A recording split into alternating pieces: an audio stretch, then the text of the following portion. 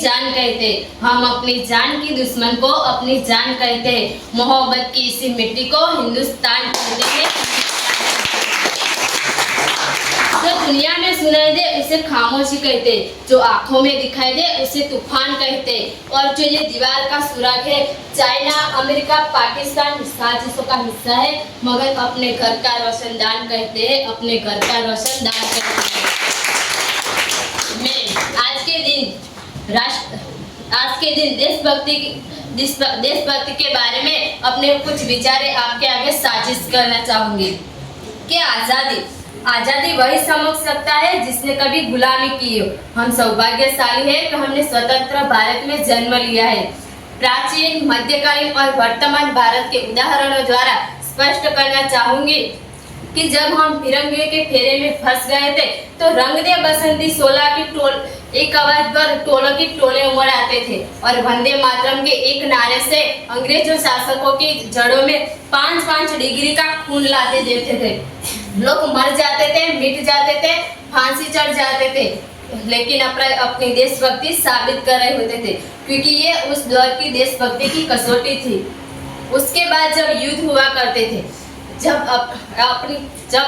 अपना घर की सुहाग मिटा देने वाली औरतें, जब घर की हालत ऐसे थे कि प्यार भी भरपूर गया, मांग का सिंदूर गया, छोटी छोटी बेटियों की चोटियां चली गई, नन्हे नोने हालों की लंगोटियां चली गई, बाप की कमाई गई, भाई की पढ़ाई गई, एक ऐसा विस्फोट हुआ पता ही चला नहीं, पूरे जिस्म की बोटियां चली गई। आपके लिए तो एक आदमी मरा होगा, किंतु मेरे लिए तो घर की रोटियां चली गई, मेरे लिए तो घर की रोटियां चली गई। वाले हालात पैदा हो जाने पर भी एक माँ अपने बेटी को दुश्मनों की धज्जियां उड़ाने के लिए भेज देती थी। तब पत्र लिखाकर भेजा करती थी कि अम्मा ने खत लिखा है बहुत ही चाव से, अम्मा ने खत लिखा है बड़े ही चाव से, पुत्र मेरे ना घबरा जाना, 1 इंच भी पीछे ना हटना, चाहे इंच कट जाना, चाहे इंच कट जाना। इस तरह से पूरा परिवार अपनी देशभक्ति साबित कर रहा था। तब देश बलिदान मांगता था, तब देश मर जाने को, मिट जाने को, फांसी चढ़ जाने को कहता था, किंतु आज देश लड़ जाने को नहीं कहता।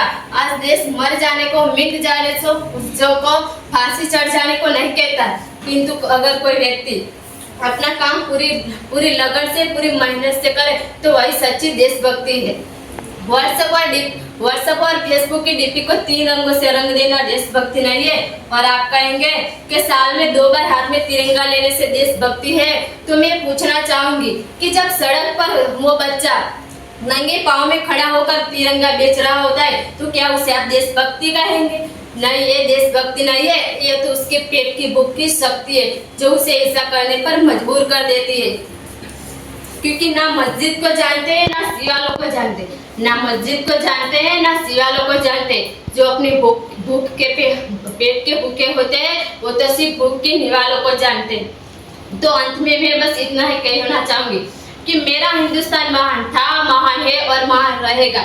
मेरा हिंदुस्तान महान था, महान है और महान रहेगा। होगा सबके दिल, हौसला सबके दिलों में बुलंद, तो एक दिन पाकिस्तान भी जय हिंद कहेगा।